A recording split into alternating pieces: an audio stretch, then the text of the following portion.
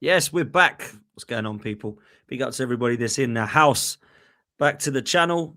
The Arsenal Arms is back, but there's no Graham. Graham's got a little issue he's got to deal with last minute. He's got to run an errand. So I said that we crack on without him and get somebody in just as good, if not better, of course. Mr. Albert JTV. Albert, what are you saying, bruv? You good? Yeah, listen, man, this is a privilege. I didn't know I was coming to the Arsenal Arms, isn't it? So if I knew that, I would have probably asked Graham to take a back seat, to be honest. But no, it's great to be over with you guys, man. Seriously, yeah. Good time to talk about Arsenal. Good time, interesting time. I would say an interesting time, that's for sure. Yeah. We're going to mention the game against Kairat. The FAT Champions League's now done. Of course, massive game at the weekend against Leeds. They're all massive games now. We're at that end of the season, aren't we? Where we've got to be taking things very seriously. I think last night was probably the last time we could have experimented anything, and I think the wholesale changes proved that we were looking at doing that. So we're going to talk on that. Before we do that, people, make sure you hit like, make sure you hit subscribe, make sure you're following every single one of these guys, and big up to everyone that's in the chat, and of course watching in live catch up as well. Me and Judges spoke a little bit earlier because we were doing some bits and pieces together in the studio for the AFTV, and we got to talk. But I haven't spoken to Albert or Adrian about the game. So Albert, since you're our proper guest this time, I'll start with you, bruv. I'm not just going to start on last night because I haven't got your thoughts and feelings of the last week or so. It's been a real kind of emotional twist, really. Manchester United and Kairat, two very different games that meant two very different meanings and probably two very different performances. So what have you made of the last week or so, bruv? God, how long have you got, Dan? And boy, I'll try and keep it as brief as I can. Yeah, I saw you guys, Dan and Lee's sort of comments after United. Very valid. I thought that result was coming, and I think for me, I thought the result was coming after what I saw in the home game against Liverpool, because that wasn't a good performance. And what I couldn't understand in the Man United game is we started the game pretty positively. Then they kind of came back into it after about 25 minutes, but we got the goal to go 1-0 up, and it just progressively got worse. Our game management was awful. Our passing game was awful. There's small patterns of play with us, Dan. It's not just a game against United. There's been multiple games this season. I think they showed that clip of when we conceded the goal against United, and Zubimendi's got a perfect, simple forward pass to Declan Rice to get us on the transition. He goes back, recycle possession, then you know the rest of the story. But yeah, that was, I think for me, after the United game especially, I know we've moved on a bit since then, but I think the biggest thing that concerned me, I don't know how you felt in the stadium, Dan and Lee and Adrian, and I know they scored two screamers, but I looked at the players, and for me, for the first time in a long time, they looked like they didn't know what to do. They didn't look like there was a belief they could get back into that game. And I'm not no body language expert, but that's what it looked like to me from watching it on the screen. I get it; it's a bit of shell shock in terms of the goals you concede, but that was more of a worrying sign for me. And I think another thing that was a bit of a concern for me was, and it's very, very unlike Mikel, very, very unlike Mikel to make subs to affect the game, but to make a quadruple substitution, I don't think I've seen a manager do that in my life, let alone Mikel Arteta. And that didn't make a difference. But sort of coming on to the game yesterday, Dan, it's nice to watch an Arsenal game. And Kenny Ken said the same thing, and I agree with him. We're stress-free. Much needed changes. Yeah, many players were given an opportunity to excel. Yes, and I've heard many of our Arsenal community who have got channels had some very interesting thoughts about the game yesterday and particular personnel. We'll get into that probably off the camera. Yeah, I think I'll have a few words with a few people, but that's another story. But no, listen, you can only beat what's in front of you. Good to see big Victor Gyokeres get on the score sheet. Good to see Kai Havertz back, irrespective of whatever you feel about him as an Arsenal fan. Irrespective, let me be very clear when I say that, because he's missed a lot of football.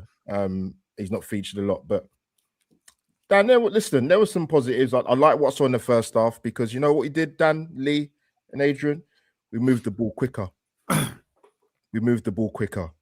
less touches on the ball, forward passing, allows movement, quicker in the final third.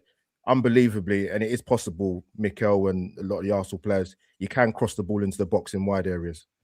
You never know what's going to happen. So yeah, Dan. Second half was a bit of a procession, to put it politely. But listen, many players got some much needed minutes. Obviously, Calafiore got some minutes yesterday. And we've got a massive, massive game on Saturday. Huge. Like I was at the game last night with my parents for my mum's birthday, and she got to saw Havertz and Gyokeres both score on her birthday. I mean, that's hilarious. That's brilliant for her. She was buzzing. Well done, Kai. What a present for your mum that is. I mean, what a present. Her two worst players both scoring on her birthday. You know what I mean? But it's a sign, Donna. It's a sign. It must be a sign. Let's start with Kai Havertz, shall we? Because Lee, you and me have disagreed at times on Kai Havertz role in the side. You like him starting. I think he's more of a squad player. When I saw the team news, I was with my parents and I rolled my eyes thinking, oh my God, he's putting him in bloody midfield again, Havertz. That works, doesn't it? And it did. I thought he was quality last night in the first half. I've got to be honest, in that 10 role. And for the first time, I saw creativity. I saw through balls. I saw threaded through passes. And I thought to myself, this is only Kairat. Let's not get too excited, but let's just say how he is. He looked all right. There. I know he only got a half. I don't think things got any better when he went off. I actually think it got worse. That second half performance was pretty shoddy, in my opinion. I know he had all the ball, but all the gear, but no idea as far as I was concerned.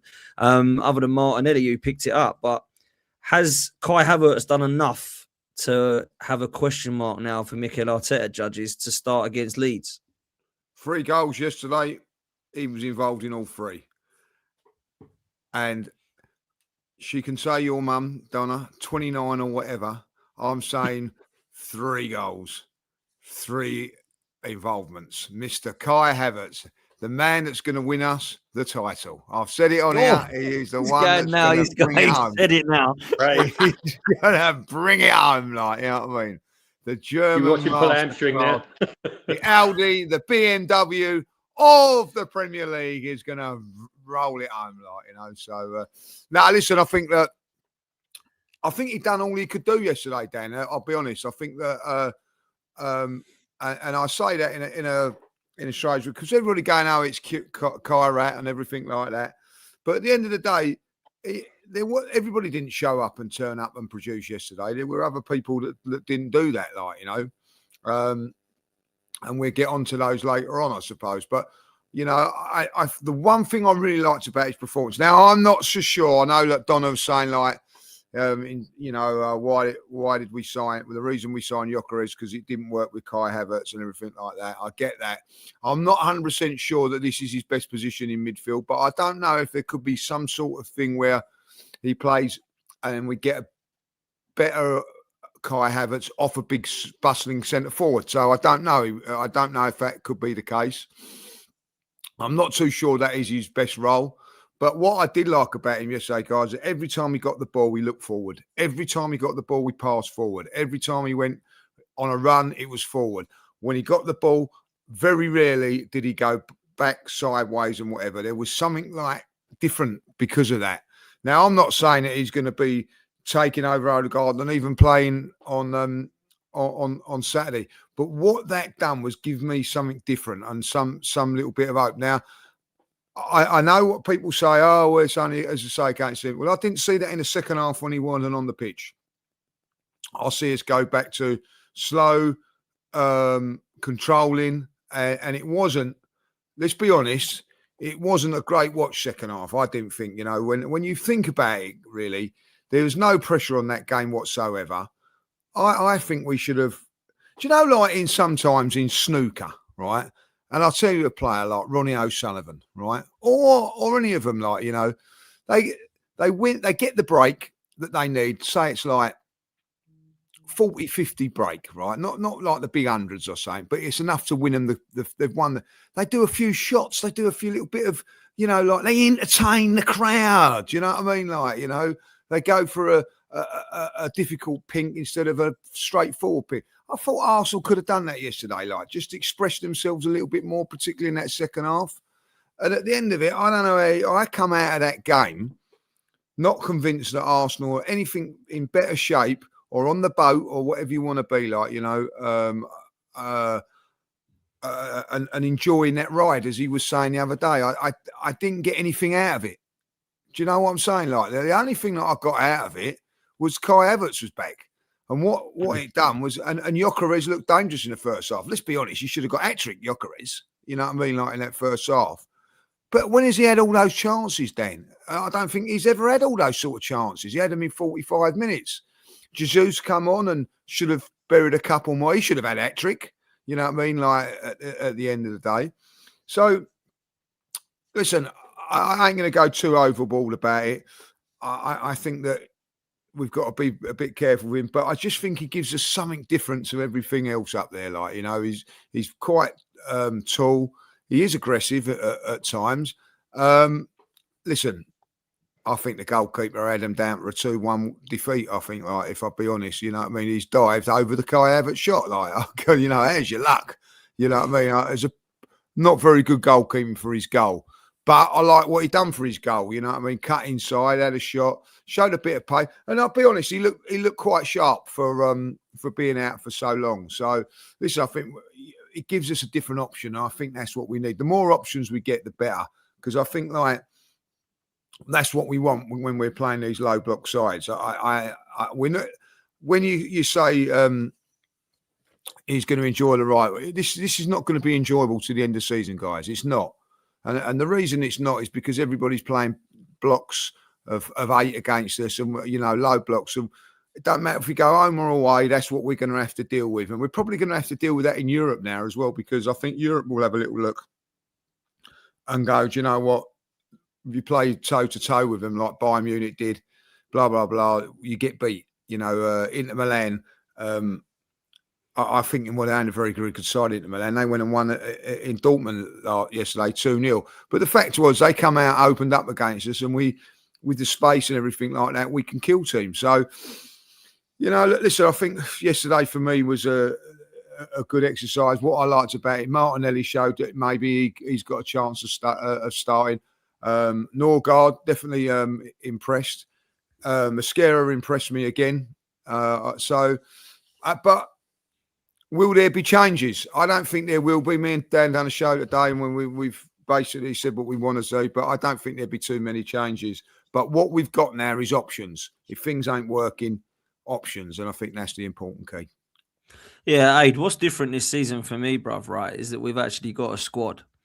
Now, if someone gets suspended, we got someone to come in, or if someone's got injury, they get someone to come in, or if maybe someone needs a rest, we rest that person and bring someone in. The downside and the concern for me is there's 2 positions at the moment, and I think you can roll the dice, and whatever it lands on, you'll go with it, because I don't think any of them are taking the ball by the horns, and those 2 positions are the attacking midfield role, or the 10, as people like to call it, and the number 9. And I don't know what people want. Do they want Odegaard starting or Eze starting? Do they want Havertz starting now? Up top, do you want Havertz starting? Or do you want to stick with Gyokeres? Or do you want to go with Jesus? Now, as much as I think that's great because you've got options, sometimes it ain't when none of them are actually taking it. We're seeing Jesus start and everyone goes, he's the one. And then against Man United, don't want to see him. We want to see Marino back up there. No, we don't want. He's really better in midfield. No, actually, we want Gyokeres because he scored last game. No, actually, Havertz is back now. That, to me, is healthy in respect of the squad that we've got, but actually I don't know that it's great at the moment in those 2 positions, because when we were winning things, we weren't debating whether Thierry Henry or Kanu were going to start. We all knew it was Henry. We weren't debating if it was Bergkamp. We all knew it was going to be Bergkamp. And I think sometimes, as much as it's great to have more than just 11 players, it's good to have a squad of 20 when all of them can come in and do a job. And I'm not sure at the moment we know what our best number 10 and what our best number 9 is. And that kind of concerns me at the moment. None of them are really playing well enough to get the nod, in my opinion. But what would you say to that, Aid? Well, we haven't got a world-class striker, have we? That's the thing. We've got 3 good strikers in Jesus, Gyokeres and Havertz. But we haven't got a Haaland or Lewandowski or Harry Kane, because at the end of the day, you have one of those, and then the others are sitting on the bench no matter what. Like you just said with Henry and Kanu, we know exactly who's going to play. It's difficult, isn't it? Because yeah, you're right. You know, they get a chance. They play really well in one game, and everyone's like, oh well, yeah, he's back. They're back, and then they're poor the next. It's just one position that we haven't, found a world-class forward that's going to, take it, get 25 goals a season, get us over the line in tight games, take them chances where it's few and far between, and the fine margins that we talk about. So, the team virtually picks itself regarding those two positions, really. I mean, the 10 at the moment, I said in my last podcast, Odegaard had been outstanding. What I should have said is outstanding in the Villa game, because I was at that game and he played really well that night. But since then, and a few games before that, he hasn't really done enough for what we want to see out of our captain. So regarding the 10, it's like the front line, isn't it? No one's really taking it by the ball by the horns and actually saying, right, this is my spot and you ain't getting in front of me. Mm. And it's like, as a striker, you need to be playing every game. Lee will tell you this. Strikers in and out of teams just doesn't work. So Arteta's really got to find a way to get one of them in there that's going to start scoring goals and says to the others, right, no, you're not taking my spot. This is me. I'm the 9, and I'm going to score the goals that's going to take us to the title. It is frustrating. Gyokeres is still, everyone's, the jury's still out a little bit on him, but he's only been with us 4 or 5 months.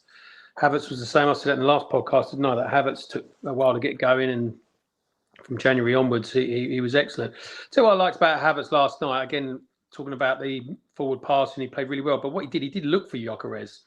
And, Gyokeres was making runs and he was finding him, which was pleasing, which we don't really get from Odegaard. I hardly ever see Odegaard actually put a through ball to Gyokeres.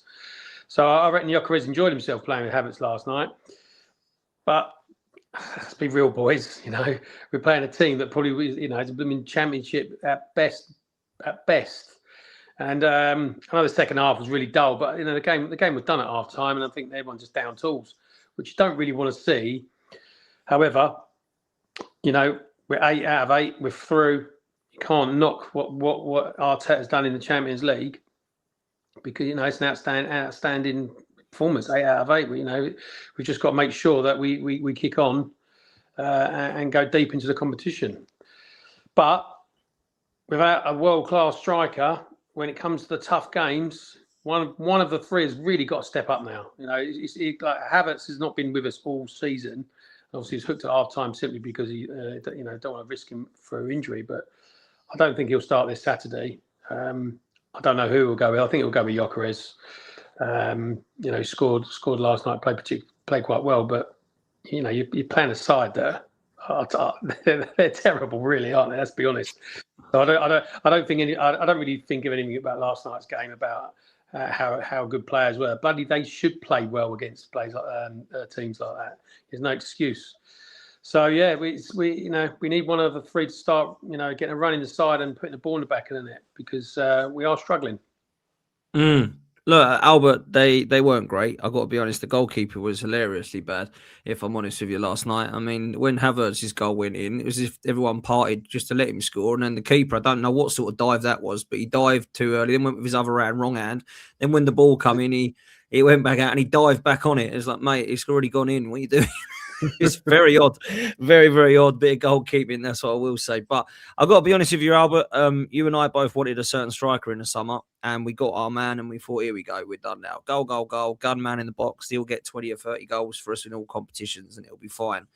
It doesn't look like he's going to do that, bro. He's not done great. He struggled. I know he scored last night. But he has struggled, and he's not filled me with any confidence that we have got the guys that's going to go and take us across the line. Now, we'll add to that, we might still win the league, and Gyokeres might not score another goal, and I will not give a damn if that happens. I'll be fine with it, right? I'm not going to not celebrate because Gyokeres wasn't scoring. Won the league, but I can't celebrate it because Gyokeres weren't great. I'm not going to care, right? But at the end of the day, he was someone that me and you wanted, and I think we got a little bit of egg on our face. Or have we? Is it too early? We are nearly in February. No, But is it too early? I don't know. What are you saying? Are you still believing he's the guy and the one you want? He's going to win everything for us, or are you starting to doubt that and question it now, like me? That I'm glad you asked that question. Probably 5 months into his career, because obviously I've seen a lot been said about him. Various other broadcasters, YouTubers, podcasters, whatever way you want to chop it up. It's been very interesting to digest. I say the first thing I would say, Dan and Lee and the people in the chat, is social media has been around a long time now. Thank God it wasn't as prominent when Robert Pires and Dennis Bergkamp played for us when they first joined, because they would have been hung, drawn, and quartered. Let me just get that out there straight away. And I think, Dan, it's a mixture of Arsenal fans' insatiable appetite, desperation to want to win silverware. And what's kind of happened, I definitely think with Gyokeres, is that kind of lasso's been just chucked around his neck. Now, Dan, I did not think for 1 minute, and I think most Arsenal fans, they're really, really honest, regardless whether you wanted Gyokeres or not, or more so if you did want him, to be fair, with the goals record he had. But he was never going to hit those numbers or even remotely near those numbers coming to England. It's a different ball game when you come and play in the Premier League. And I'm talking about in the entire existence of the Premier League, which is like, what is it, 30 years, maybe more? Like, the top strikers have come to our league. Let's have it right. Yes, some of them have hit the ground running, but a lot of them don't, because it's the physicality side of it and adjusting to English football, because it's not the same in the other European leagues. The style and the pace of it is very, very different. And what I would say, Dan, is with strikers, your bread and butter is scoring goals. And yes, there's other attributes to his game that could be a bit better. And Dan, I'm probably the one person probably in the entire YouTube community that should be making Instagram reels and YouTube shorts defending him, but I haven't done that, because the reality is I'm not stupid. Like, I see what I see in terms of, one, how the team are playing, how the team is set up, and his goal contribution and what he's done in the Arsenal shirt thus far, even though he's got the most goals for us this season. I think Lee made a good point yesterday. I was messaging a couple of people in group chats in regards to, it's amazing when you play the ball forwards a bit, isn't it? And when you get crosses into the box, things can happen, and strikers thrive off service, and always putting that ball in the corridor of uncertainty, as they say. I think, just to finish up, and this is my own personal opinion, Dan, and I've said this before publicly and privately, you can critique somebody, you can look at some performance and think they can do better. But I think some of the sort of character assassination that Gyokeres has endured from, forget rival fans, I'm talking about our fan base, from people that really should know a lot better, because this is not a player that's been at Arsenal for a number of years and has failed to deliver. AD said he's been here for 5 months. Would I want him to score more goals? I think Victor Gyokeres would have wanted to score more goals, to be honest with you, not forget me. But, I see a lot of loving and a lot of pandering and a lot of, to put it blunt, Dan, a lot of arse licking for certain Arsenal players that have been at this club for the last 2 or 3 years. And they are in their droves and very, very, very, very quick to defend them when they shouldn't be either in the team, or their performances have been lackluster, or quite frankly, crap in an Arsenal shirt. Like who, Albert? Like who? Okay, let's look at the captain, for example, in terms of performances. And I've been very consistent in regards to my opinion about Martin Odegaard in his time in an Arsenal shirt, for example. And I've always said it when he came to us, Dan. I want to see him perform better in the away games, away from the Emirates, because I didn't think he did that in an Arsenal shirt, Martin Odegaard, in my humble opinion. That changed and he got better. People said he needs to add in more goals. He had that season, he scored more goals. But he hasn't performed well. So when he had the cameo in the performance against Villa, and then you combine that down with, but the injuries, he hasn't looked the same, and he's been back in the fold long enough to be putting in better performances than he has. So I can critique someone like him and it has validity because he's been in an Arsenal shirt for a number of years, Dan. But I'm not going to turn around and start throwing gunshots and pulverizing Gyokeres, because I think sometimes the criticism has gone beyond criticism and it's come across quite personal. Now, Dan, when you look at the whole Sesko and Gyokeres thing and people are arguing and this and that and this, that, and the third, and I always say this to finish up, Dan, right? And anyone can disagree with anyone. I don't really care. But when Mikel wants a player, it's very evident within certain sections of our fan base that they will hook, line, and sinker defend certain players. But when it's a player that maybe Mikel didn't want or maybe didn't fancy, and we have signed them, i.e. Victor Gyokeres being the person in front of us, the critique is very, very, very different and very, very, very, very personal, to the point that Kenny Ken, for example, had his reservations about it. Me and Kenny Ken talk all the time. And he said, look, I have my concerns, and he's outlaid on your your channel many, many times, right? But one thing Kenny Ken has said to me is, I want the guy to succeed. I don't see some of the Arsenal fans with that same mindset when it comes to Victor Gyokeres. And if they think I'm talking about them, drop me a DM.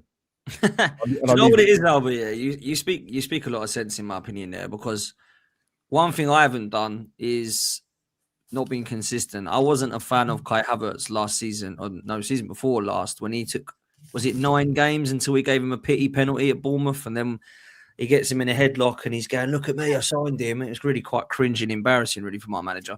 But then when you look at Victor Gyokeres, I kind of got 9-10 games in and went, yeah, I'm not a fan of him either at the moment, if I'm honest. But at least what I've tried to do there is not be hypocritical and say, I don't like Havertz, but I wanted Gyokeres, so I'll give him 25 games, not 9. But I don't think some of the fans are looking at Havertz and they're going, this is just a wonderful piece of business from Arteta. But he did less than, I mean, Gyokeres scored in his second game 2 goals against Leeds. And to be fair to him, I don't really think that he might not be the right guy, but I think he's got 11 goals now, Victor Gyokeres. 10-11, yeah, in all competitions. And Ekateke's magnificent signing, and he's got the same amount of goals as him in all competitions. So I think when you look at it, you've got to be realistic about it sometimes. But I think so much was made on, this is not Mikel Arteta's signing, this is Andrea Berta. And when some lovers of Mikel Arteta hear that, they go, that's what it is. He's not performing.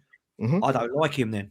He's not going to make it at this club, because they're so, we should have got Sesko. How many times we heard that? We should have got Sesko. Look at him. What's he doing? Like, he's got 3 goals at it for Man United. That's it. Because Arteta wanted Sesko. Well, thank God we didn't get him. That's what I will say. So, look, we might need to go in the summer and get someone else. We might need to. I don't be against that. If Jesus goes, go get another striker, cool. Maybe, I'll talk about it in a minute, might need to go and get another attacking midfielder like Morgan Rogers, right? We might need to go and do that, yeah? But I do hear what you're saying, Albert. As much as I've kind of so close to tapping out, I don't think we look much better with Gyokeres up front. It has always been in the back of my mind, is it a Mikel Arteta system problem? And it's the same with Eza. It's the same with Odegaard at the moment. It's the same with all of our attackers. Yeah. Let me come in on that, like in regards to I'll just finish up about Big Victor Glock 14, as I call him. But now when he does score, you will not find the Instagram post or YouTube or me hoop wallering and oh my God, he's turned the corner, because I'm not stupid. I know how tough this league is. And in regards to what you mentioned about the creative side of it, I think someone sent me like an equation, something like creative players at Arsenal plus Mikel Arteta equals 0 or something. But there is something in that in regards to your work off the ball and, you know, keeping possession and build up play. And that's not necessarily, it doesn't necessarily correlate very well with our attacking players, because let's be honest here, regardless of Mikel's tactics and system, right, which is part of the issue when it comes to the creative players. For example, Arsenal have enough depth in the squad to be playing better football than they're doing, and not relying on set pieces. Yes, you can bring out the stats and stat pad me and talk about, was it 25, 24 goals from set pieces? Well, that's fine.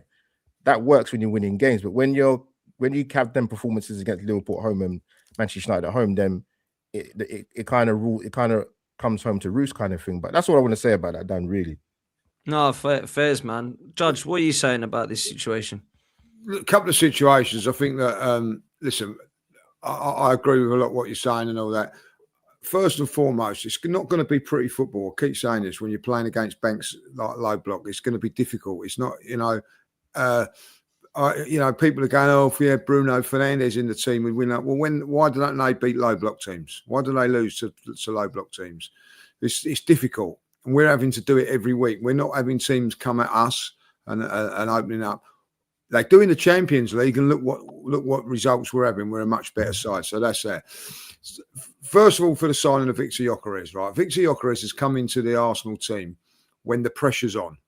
2-3 seasons ago, players were being signed, and it's not the pressure of winning every single game. It was about getting into top 4 and everything like that. But now, the likes of Eze and the likes of Gyokeres, they've come to the football club to get us over the line. That's their job. That's what they've been bought to do. You know what I mean? And so that's where the pressure of that comes. And at this moment in time, yeah, it might take a few months to settle in. The season's 9 months, 10 months, 10 months.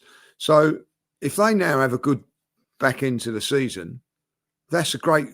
You look back. Say if Gyokeres goes and scores 10 goals now, Eze gets 5 assists and we win the league. You look back and go, that's what they were bought for. That's why they were good signings, and that is it. And I do think there's a little bit too much on that.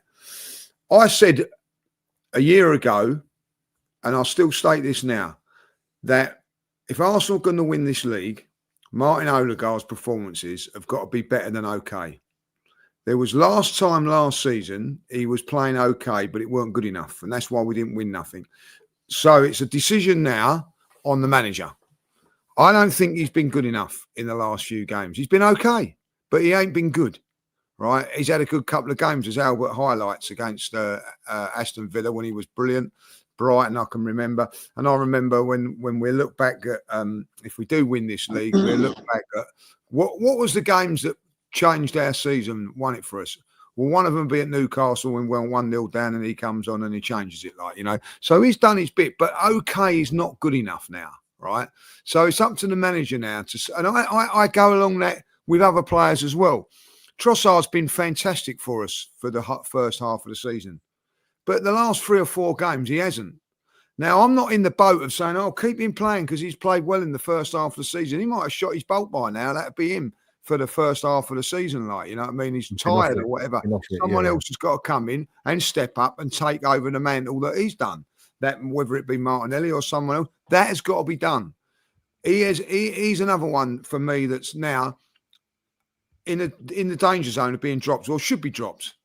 If you want my honest opinion, Odegaard, regardless of being captain, his last 3 performances have not been good enough. Now, when I look at the team, and this is the thing that gives me the hump a little bit, really, when Lewis-Skelly has a bad game, he's out, he's dropped. Yeah. Right?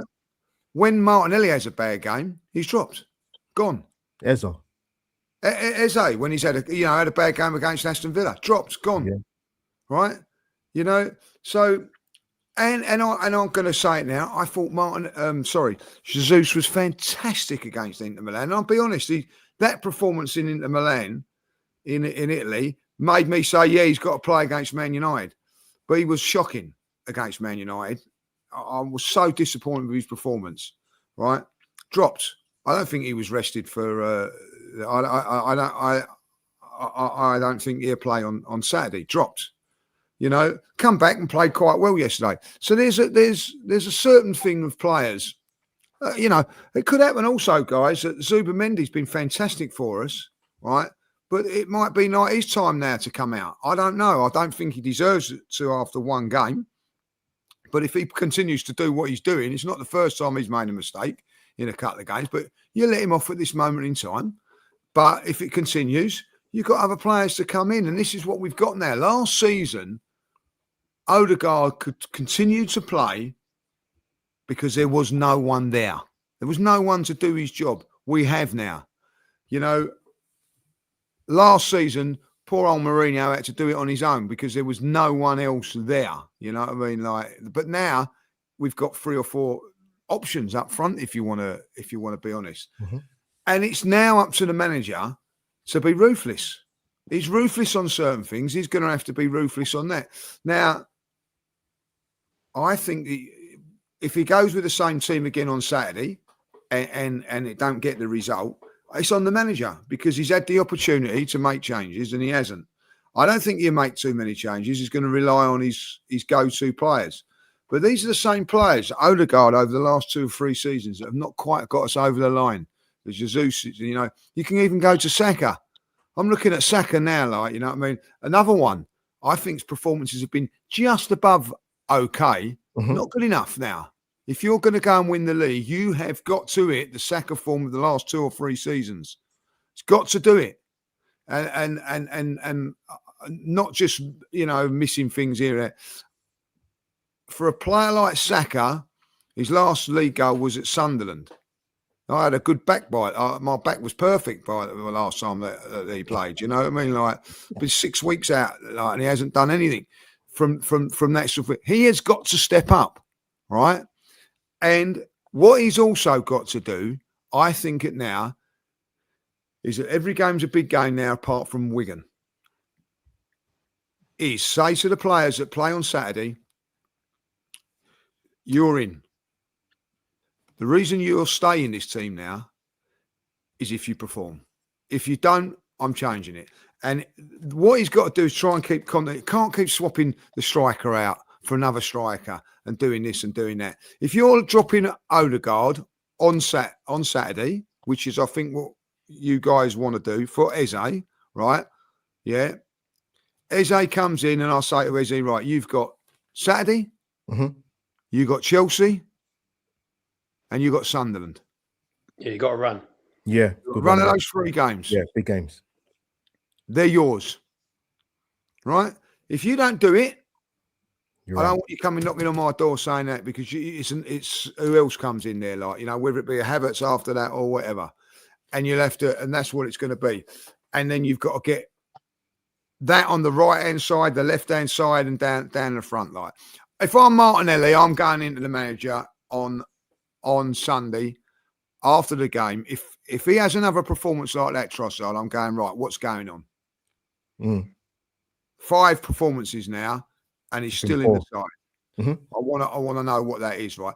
But in saying that, if I'm the manager, my hit back would be, well, you had your opportunity against Forest and you blew it.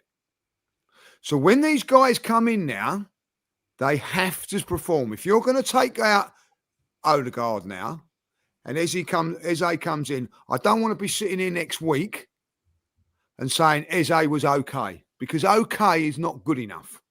I want us to say Eze was sensational. Now, I didn't think Eze was anywhere near good enough to say, right, you are in the side on Saturday. I thought that Havertz done it. I thought Martinelli done it, right? But I don't think he weren't playing in his 10 though, was he? This is what I don't get. You know what it's like, Lee. Why was Eze so good at Palace? I don't really know what role we played. We sort of played two half and halves on. Played half and half, yeah. Yeah. Why was he so good? Well, the reason he was so good, Aid, is because the team was built around his creativity, right? And also with Palace, and I say this now, he isn't used to what he's getting. He ain't used to what he's playing against week in, week out now. Different, yeah. It's different. Palace never play under low blocks, AD, like, you know what I mean? It was more open spaces. That is true. Right, but that's fine, you know what I mean? Probably Gyokeres hasn't found like the space that he's got, like, but you have to find a way. And listen, there was a great comment earlier on in the chat. You know, someone saying, "Oh, I'm a bit critical of Eze, but look at the games we was winning when he was playing, right?" And I tell you, that's right. We was playing. We played Spurs. We played Palace. We played, I think, Bayern Munich in that sort of game. Where he played, right? He didn't play well. Played well. He ain't got the pressure of Odegaard up his backside then because he wasn't about. Like, you know, so every time you play, not just you've got the pressure of playing for Arsenal or a top team, you've got a top player wanting to come in there as well. And in Eze's defence, I'm going to be really defensive of him here. you've got to have a manager that rates you and backs you in everything that what you do, right? Now, for instance, Odegaard's got all of that. And more. All of that and more, right? Because he has poor performances and still continues to play, right? Now, I would be really interested if Odegaard made that mistake that Eze made, right? Oh, hold on a minute. Didn't you make a mistake at Chelsea when we're cruising the game and you put it back to Zubimendi who slips and whatever? There was no accountability for him there. He still plays. So when you're a player, and Ada, you've played at high level as well. Like if you know a manager don't rate you or don't want you, or you've got a manager you know that does. Yeah, we'll chop and change. Yeah, it's a different mentality. You know what I mean? Like So and maybe that's the little case also with Gyokeres, because if you have a look at it with Gyokeres. He got left out against Inter Milan. Jesus gets 2 goals. He scores. Right? Odegaard comes straight back in on the game against Inter Milan. We just won 3-1. Played really well, but what I'm saying is Gyokeres was left out. I know that Jesus played well, but the team played well. So why, but he stayed back in there. So I do think there's Martinelli as well, Lee. Let's be real. Hat trick against Portsmouth. Brilliant pass to Gyokeres against Inter Milan. One of the best assists you'll see in a while. Trossard's still playing. Trossard's been cacked for about 4 games in a row. Brilliant. But Trossard's done nothing. He stayed on the pitch that long against Man United. It was absolutely perfect performance from him.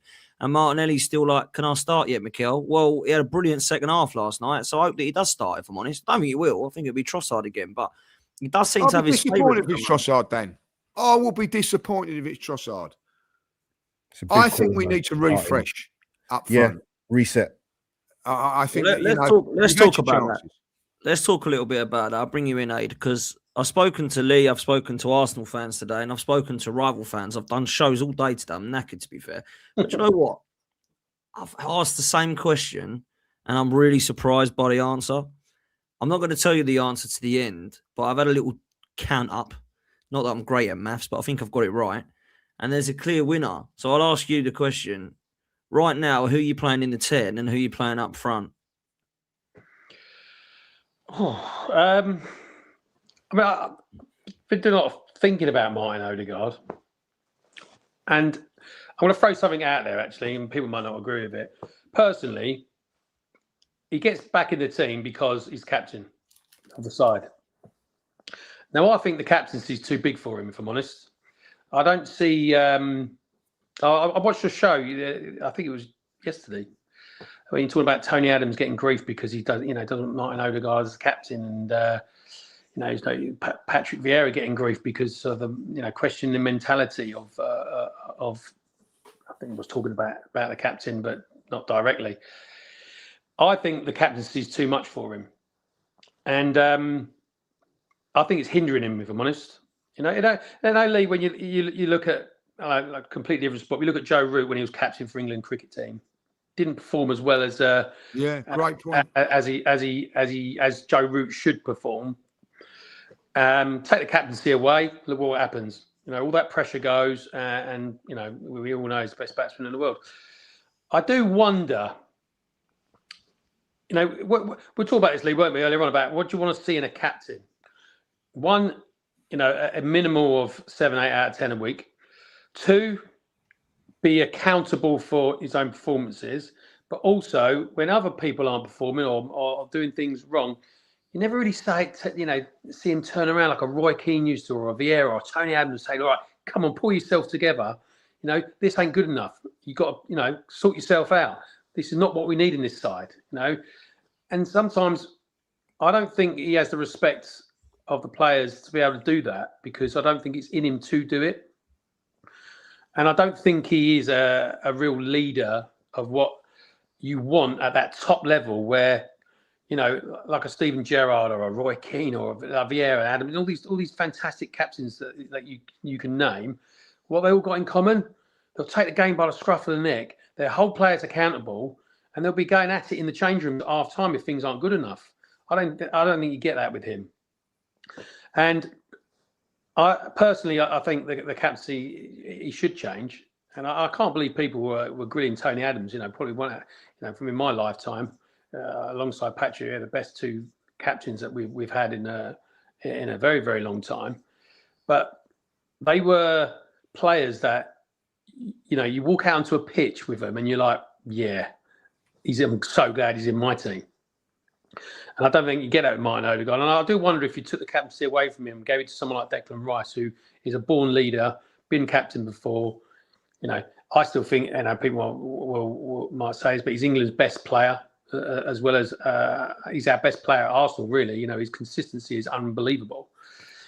I do wonder if taking the captaincy away from Martin Odegaard would work for him to be able to take the handbrake off him. But we know that's not going to happen. So, I just quickly coming in now. I think, right, if you do that, it's dodgy ground.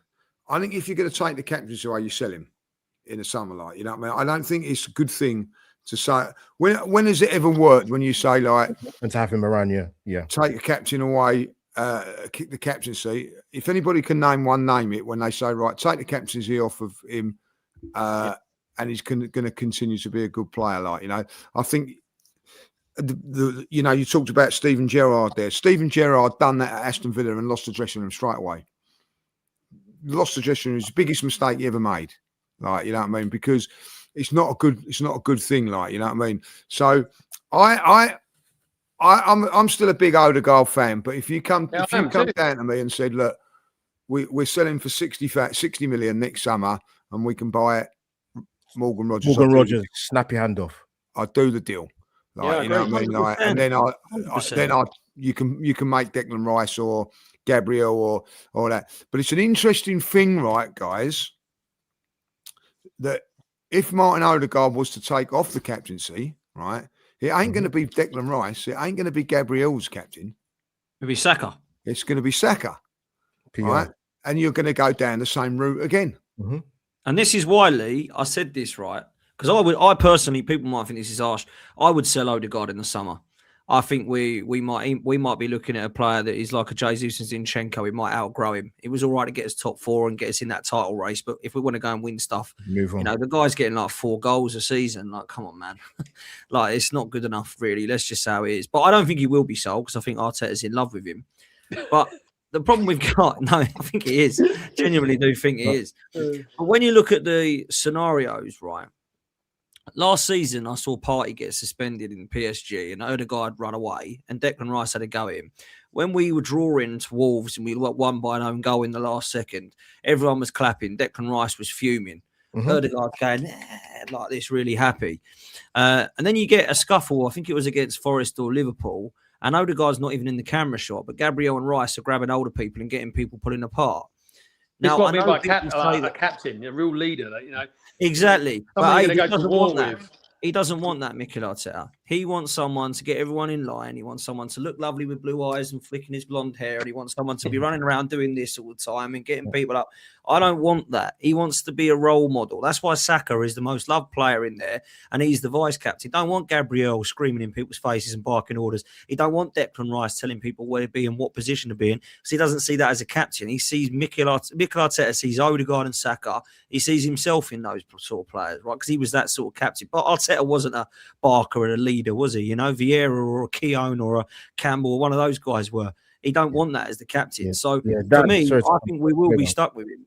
And like Leah said, if we were to remove him or sell him, it would then be Saka. So this captain thing is actually is Arteta problem, not a thinking problem. And it's fair enough saying we've got a leadership group. We don't need Gabriel and Rice with the armband on. They're already leaders. We never said that about Vieira, did we, at Highbury? We never looked at Vieira and went, well, we can't give him the armband because everyone thinks he's pretty much a leader anyway. Let's give it to Bobby Pires. He's the most loved player here. We never did that. We give it to Vieira, yeah?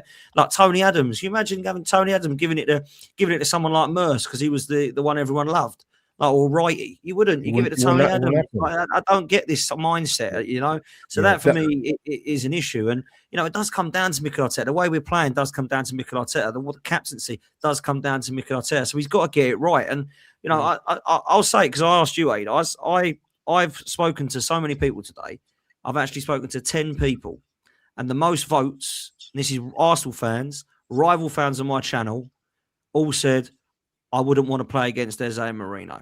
They're the two I wouldn't want. And I said this morning, and a few people in the studio, as Lee will know, were like, oh dear, I wouldn't want that.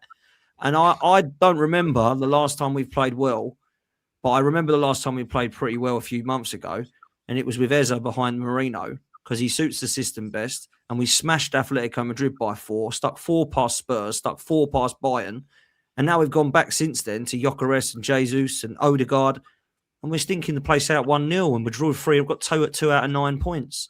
I need it to go back to something else refreshed, and that's why I believe Eze and Marino. I tell a lie, Waneri won, by the way, but he's gone on loan to Marseille, and De Zerbi's just resigned, by the way, so he might come back. No, He's literally just walked out tonight. Another creative player, but no, you make yeah. So, but just sorry, just touching on the captaincy thing quickly. Sorry, Dan, for interrupt you.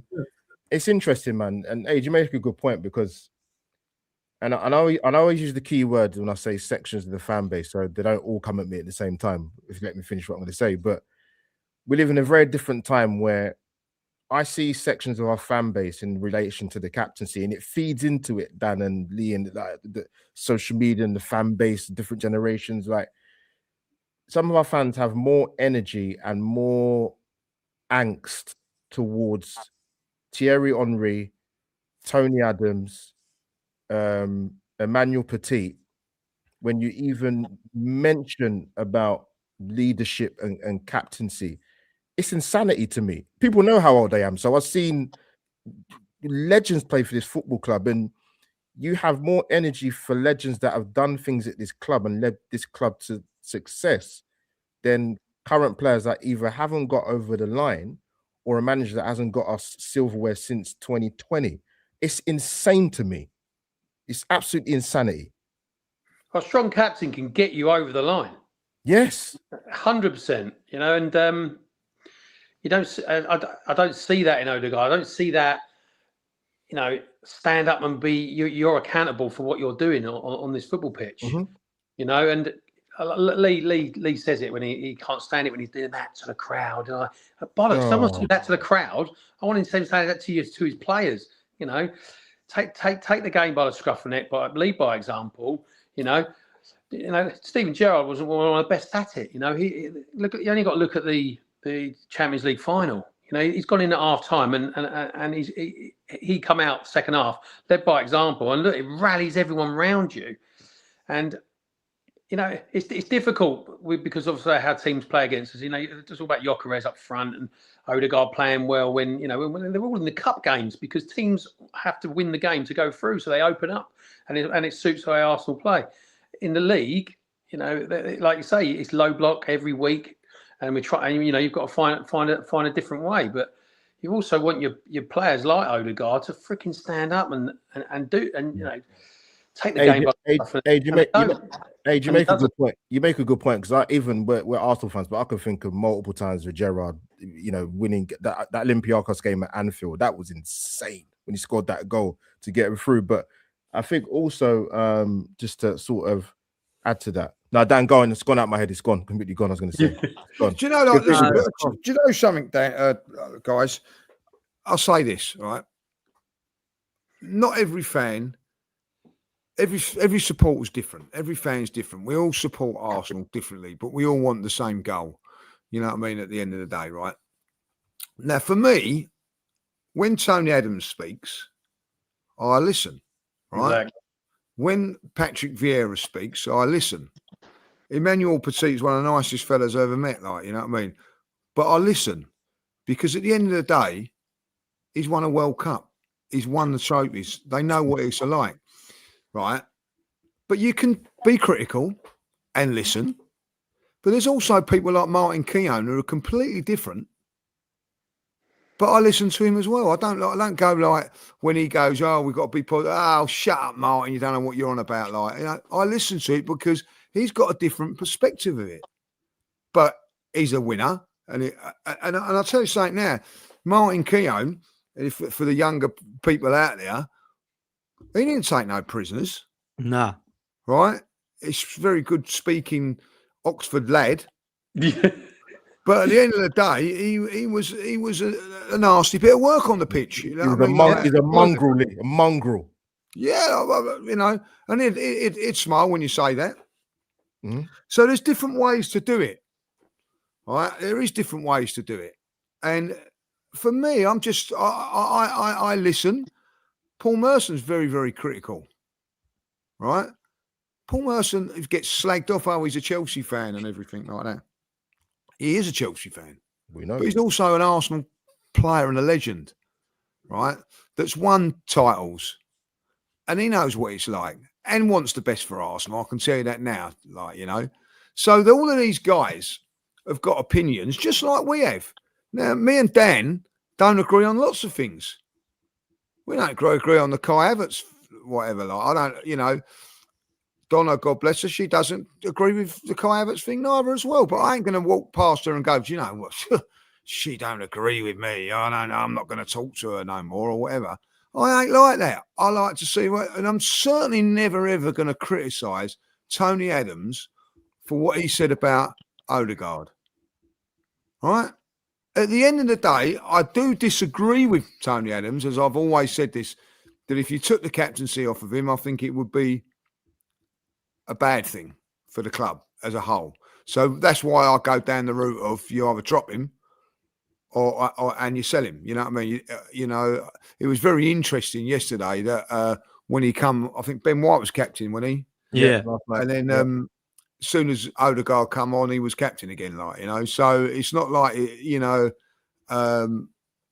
so I think he's saying that we go, listen, Mikel's going to die by this on his sword and not, And if Arsenal were, how many games gone so far? I don't know, right? 15 games left. 15 games left, right? Yeah. They just work this and we go on and win the league, and we say we don't give it. We do give it to Declan Rice, and we go on and win the league by 4 points. Right?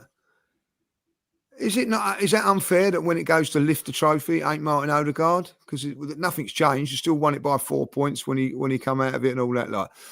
I think it would cause unrest in the dressing room. But they lifted it together, Lee, like Seaman and Vieira did. Like, just lift it together, like one each, like they do sometimes when they've shared captaincy or when there's been an injury or something. Yeah, but that was done from the beginning, Dan. You know what I mean? Like, I know what you're saying about the Patrick Vieira and Tony Adams one. That was done when Tony knew that he weren't going to be playing. He weren't going to be playing every game. So that was sort of done. I don't know if you could do that halfway through. I don't know. Look, listen.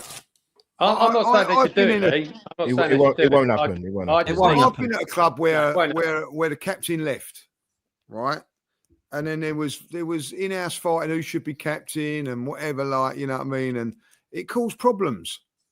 You know what I mean? Like, at the end of the day, because you feel it could be one or two different players or whatever. Like, listen, it's a big thing. For me, it's always been a big thing, old school, right? But I will say this about the captaincy, right? The FA Cup was the be and end all when I was growing up. Captaincy was the be and end all of when I was. It's not now. All of this leadership thing, leadership, leadership group. I hate it, man. Leadership group. But this is modern day football. You know what I mean? I don't get it. Sport. Mm. And I'll tell you what, Robbie made a great point the other day. He was talking about it. Name a Tony Adams sort of captain. Yeah, they don't exist anymore. They don't exist in the Premier League now. Name one. They don't exist anymore, mate. There ain't any more. Like off the top of my head, Fernandes is the Man United captain. Who's the captain of Man City? Bernardo Silva. But Silva, yeah. There you go. Yeah, no, it's so different. It's so different. Romero that area, if you like. Romero at Tottenham. You know what I mean? Like McGinn at Villa gets taken off a lot, right? Do I need to carry on? It has changed. It's completely changed now. There ain't no Van Dijk is probably one you go with. But Van Dijk is the only one, really. Yeah. But it's not like years ago. Declan Rice years ago, you can go wherever you want. Like, you know what I mean? I can go like, who's a good captain for Arsenal? Tony, Man United, Roy Keane. You go to Liverpool, as you said, Steven Gerrard. You go, they're all there. They're all there. This is where I look at who could fill that role in our side, because it is Rice and Gabriel. 100%. It's Rice. He absolutely proved a point, Dan, where Everyone's clapping when we're playing. You know, we've beaten Wolves, whatever, and Rice ain't happy. Why ain't he happy? Because he knows that ain't good enough. You know, and if I'm telling you now, if he was captain, he'll be in that change rooms afterwards and giving it to all of them, saying, "Do you think that's good enough? What we've just done?" I don't know if Martin Odegaard does that. I really don't. You know, we don't know that, though, do we? That's the thing. You don't know that, Aid.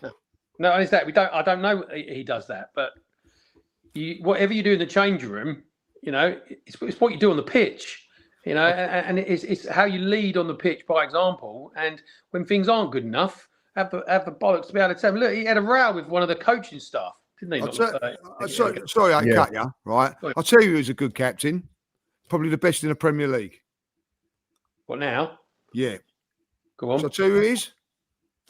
Granit Xhaka. Not good enough for us to be captain. Yeah, good shout. Why? Why though? Why? Because everybody didn't think he was good enough to be in a team. Yeah, but tell me why. Tell me why he's the best captain at Sunderland. Because he's their best player. He's their best player, but he has that something about him. That bollock bite. That bollock. Arsenal fans weren't having him as captain, Aid. I remember it. It was like loads of. Why is he captain? Yeah, well, because he wasn't good under Emery, was he? No, the fans didn't like him because of what he did, but at least he had the bollocks to fricking do it, you know. And he had to get that strip once he did what he did. Like, really, let's be. Of course, look, 100% agree with that. You know, that's can't do that to fans, can you? Do you know what I mean? We didn't want him, we didn't want him, Dan, did we? We didn't. Why? Nah, I didn't want him in the team. No, of course, no one did. But he was brilliant for the last season. I'll give him that. There were times when we were playing and Odegaard was captain, and they're doing the team talk at the beginning of the game. Who's the one talking? It was Xhaka.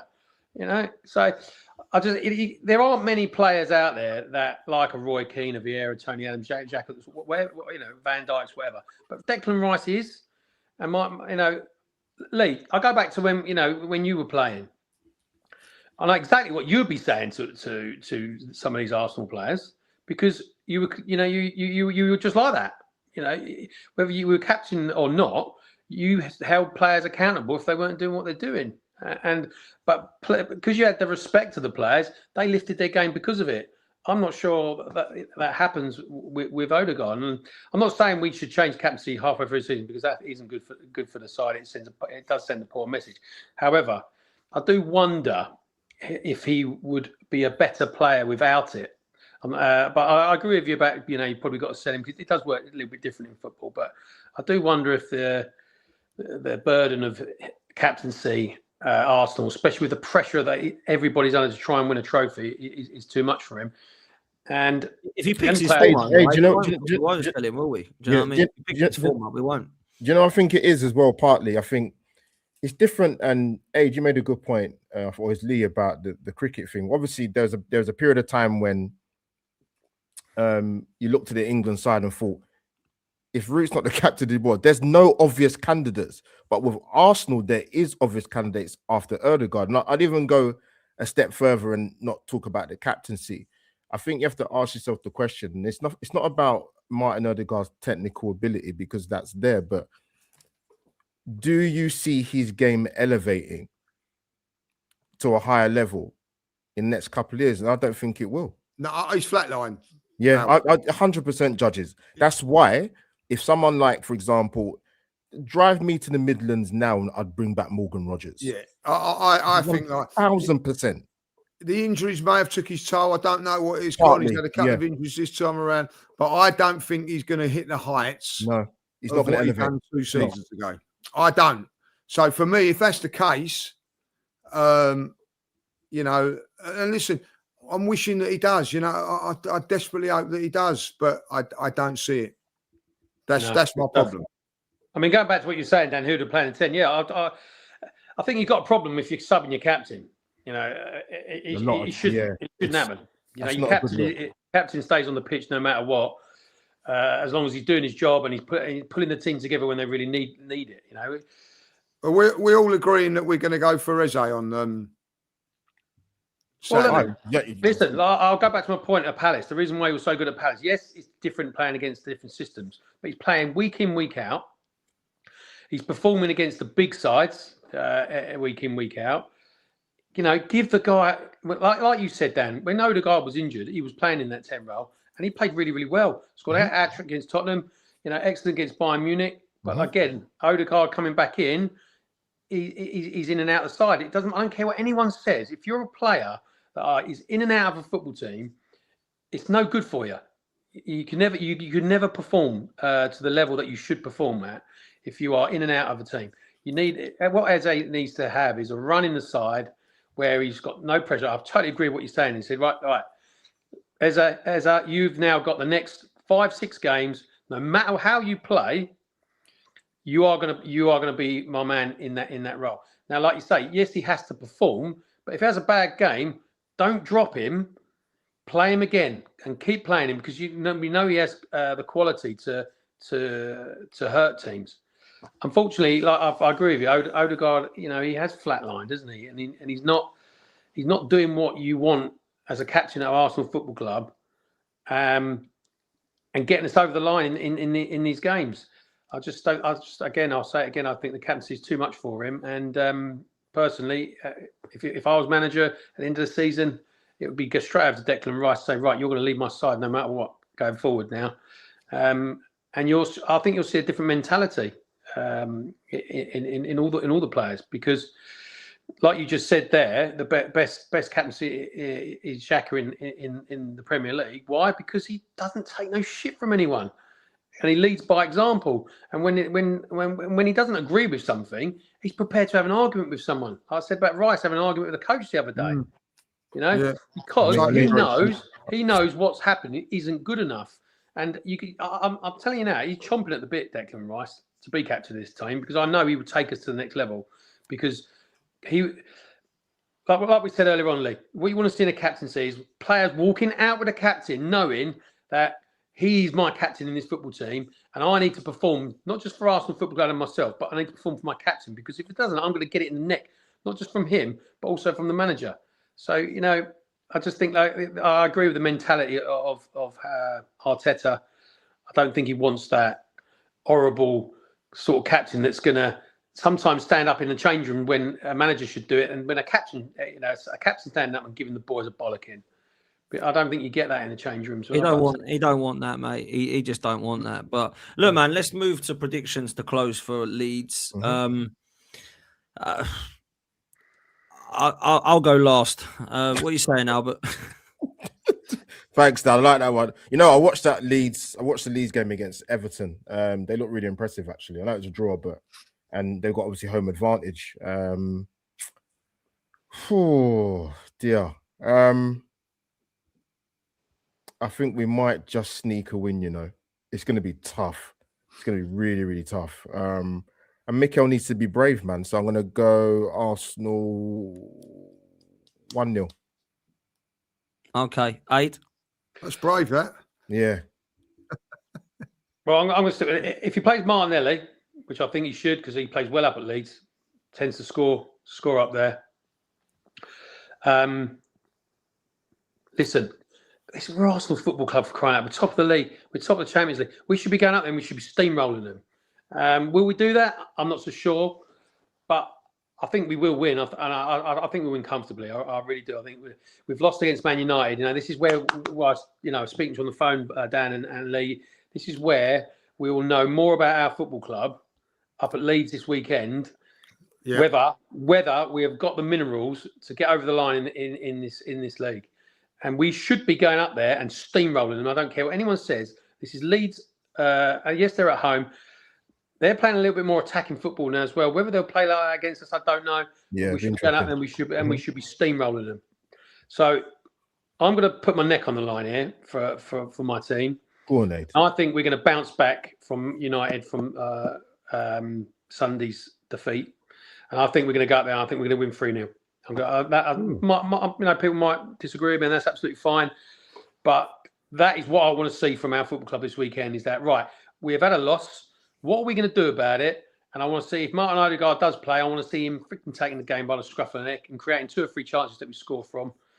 That's how I'm going to stick my neck on. I think we're going to bounce back, and I think we're going to steamroll them 3-0. Okay, love it, Lee. I'm trying to be positive. Come on, judges. I'd love to think that it's going to be like that, but I think it's going to be a scrappy 1-0 win, and we're a bit like we did against Everton. You know what I mean? We had to go to Everton, by the way, in the same sort of position that we're in now. It was a real difficult game. We dug in and got the result. I think it'd be exactly the same, 1-0. Same as me. I think it's going to be horrible. I think it's going to be a game we just want to get the hell out of there, take 3 points. Gabriel, set piece again, a clean sheet, 3 points, done. That's what I think it will be. I wouldn't be surprised if we drew this game like we have done for us to Liverpool. Let me just say that. Because Leeds ain't no Muppets, and it ain't the Daniel Farker of Norwich that you stick 4 or 5 past anymore. So I think that they're unbeaten. Are they unbeaten in 10? Did someone say Leeds? That's incredible. That's why they're nowhere near the relegation zone like they should. On a good run. They've got a bit of a buffer. Found a way, about 5 or 6 points. Farker's he's found a way to get his team working. And in Calvert-Lewin, he's got a striker there that who's caused us problems down the years. Yeah. You've got goals. You got goals in your team. You've always got a chance. So look, I think my heart's telling me we'll win it. My head's saying it's probably going to be another bloody 0-0 draw. But I'm hoping I'm wrong and Aid's right and we're living 3-0. That's what I'm hoping. We've got to freshen it up and we've got to bounce back. We've got to bounce back. We can't have another crap performance here because then people will start to say, oh, Sharks are coming and all this again and they will be coming. You know what I mean? Because everyone's told, Man City, they're going to lose to Liverpool and Spurs. But they're going to, let me just say this, they are going to beat both Liverpool and Spurs. They are crap. Right? They are crap. They are going to get 6 points in the next 2 games, not 1, like everyone keeps telling me. Oh, we'll be 13 points clear by the 2 games time.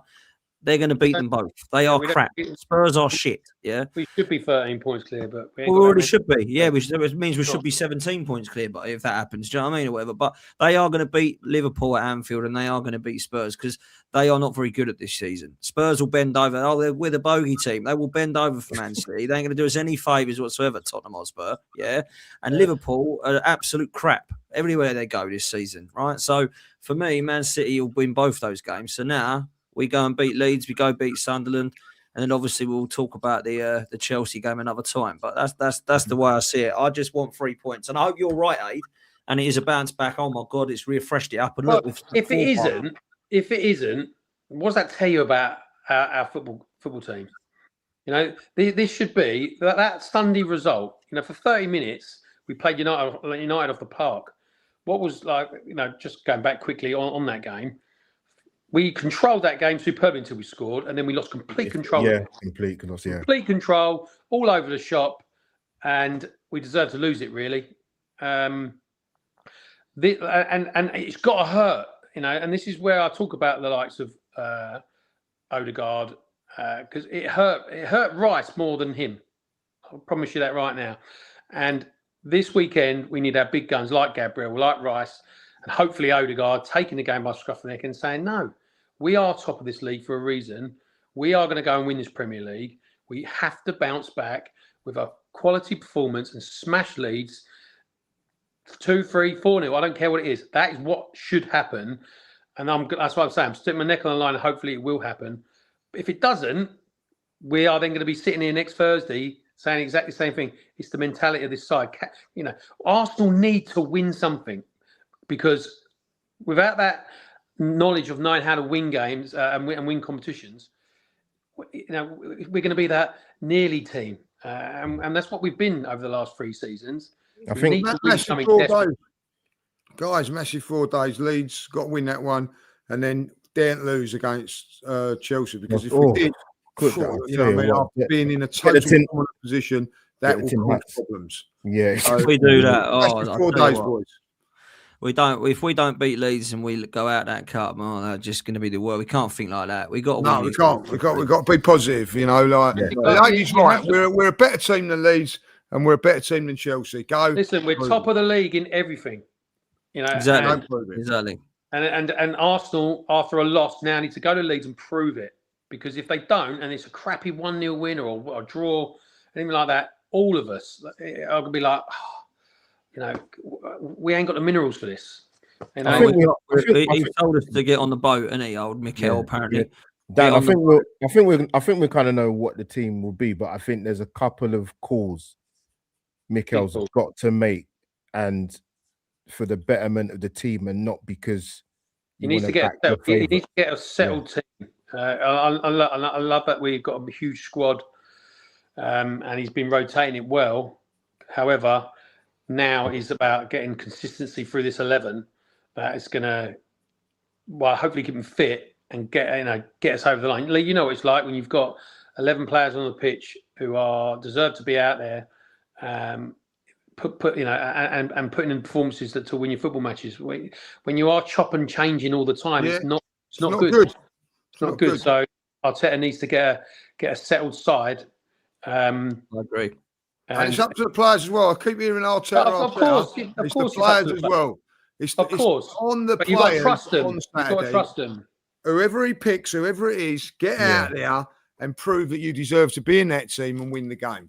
Yeah, and if not, you won't be in there against Chelsea and you won't be playing in any other game. Last saloon for these boys. Get it done. Get the job done. Yeah, facts. He's told us to get on the boat. Captain Hook will be on there, that's for sure. He'll be on there. And hopefully it's not the Titanic, as you say. You know what I mean? He'll be on the Arteta will be on there with 3 life jackets on. In case it sinks. He is honestly most cautious manager ever. And don't go fishing off the side, otherwise you'll hook another Odegaard because he gets hooked every time. So get on the boat, people, and let's go and beat Leeds. That's what we got to do. Albert, pleasure. Thanks for stepping in. Well, Albert. Always a pleasure, bruv. Albert JTV, go show him some love on socials and YouTube. AD, always a pleasure, bruv. Much appreciated. And Graham will be back next time, hopefully. Anyway, and Lee, I'll let you see us out, bruv. Stay positive. That's all I'll say. Stay positive. We are winning on Saturday. Yeah. Stay positive. Have a good weekend, guys. See you soon.